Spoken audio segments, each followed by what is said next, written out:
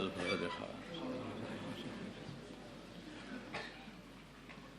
Bismillahirrahmanirrahim. Tulisan Masail, Fasul Masail, Senin 18 Dzulhijjah 1443 Hijriah, 18 Juli 2022 Masehi.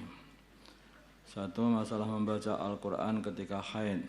Pertanyaan: bagaimana hukum seorang wanita membaca Al-Quran ketika dalam keadaan haid? Jawab: pada dasarnya wanita yang sedang haid diharamkan membaca Al-Quran kecuali dalam beberapa kondisi tertentu dan dengan niat tertentu pula. Contohnya seperti ketika berdoa dengan menggunakan ayat-ayat Al-Quran, misalnya Rabbana atina fid dunya hasanah wa fil akhirati hasanah wa qina adzabannar. Itu sebutnya ayat Al-Quran tapi dibuat untuk doa, niatnya untuk doa, maka boleh saja. Ketika berzikir menggunakan ayat-ayat Al-Quran, seperti memulai suatu pekerjaan dengan membaca basmalah dan mengakhirinya dengan hamdalah.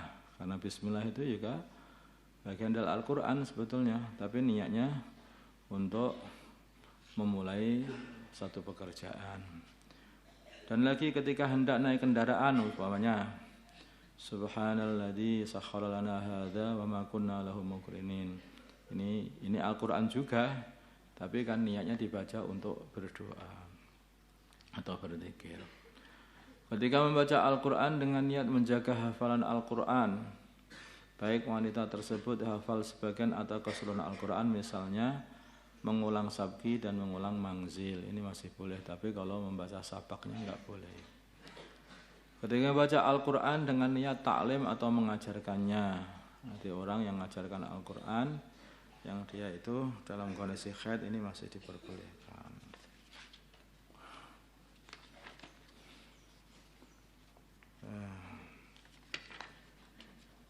Masalah wanita haid ketika umroh.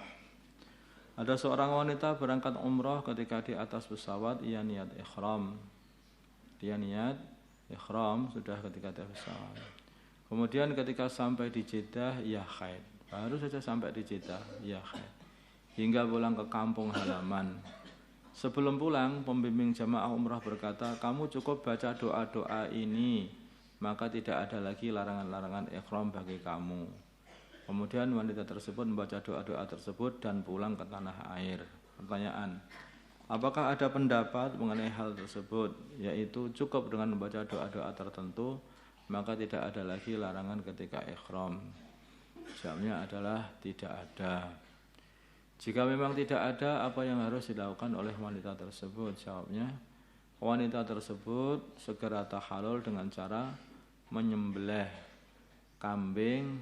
Tahalul itu melepaskan kondisi ikhramnya, maksudnya dengan caranya menyembelih kambing yang mencukupi sebagai korban seraya niat tahalul, memotong rambut minimal 3 helai dengan niat tahalul, dan ia wajib qadha umrohnya yang telah ia kerjakan jika umroh wajib, umroh pertama kali. Tapi jika umroh sunnah maka tidak wajib mengqadha.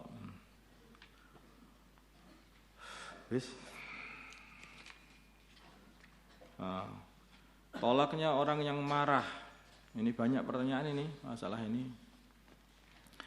Bagaimana hukum seorang yang mentolak istrinya dalam keadaan marah?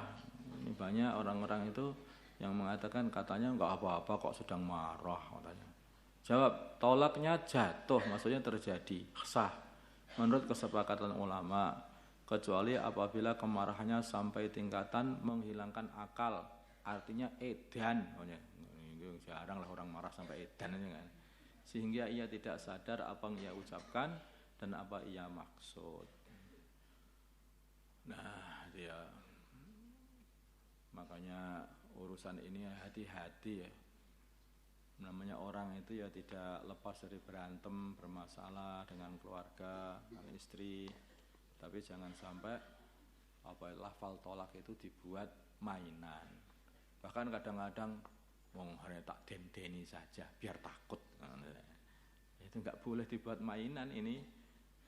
Ini lepas betul itu. Kalau kamu lepas ya lepas betul, kamu tolak ya tolak betul.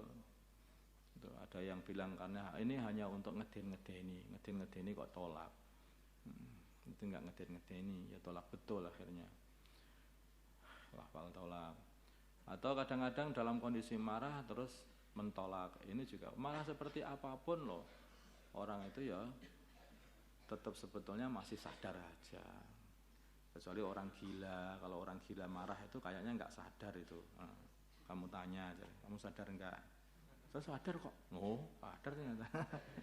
Orang gila aja ngaku sadar ya. Ini orang sadar ngaku gila.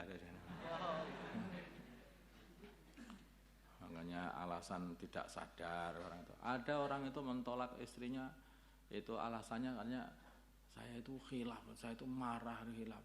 Yang marah kok cari orang. Sebelum mentolaknya cari orang. Ayo sini, kamu saksinya, ayo sini. Semua orang dikumpulkan. Kemudian ditolak 3. Habis itu menyesal. Setelah menyesal pengen balik. Saya balik, sudah ditolak 3 loh. Buat apa? Nah, tadi marah lah, marah kok cari-cari orang loh. Kok marahnya pinter banget.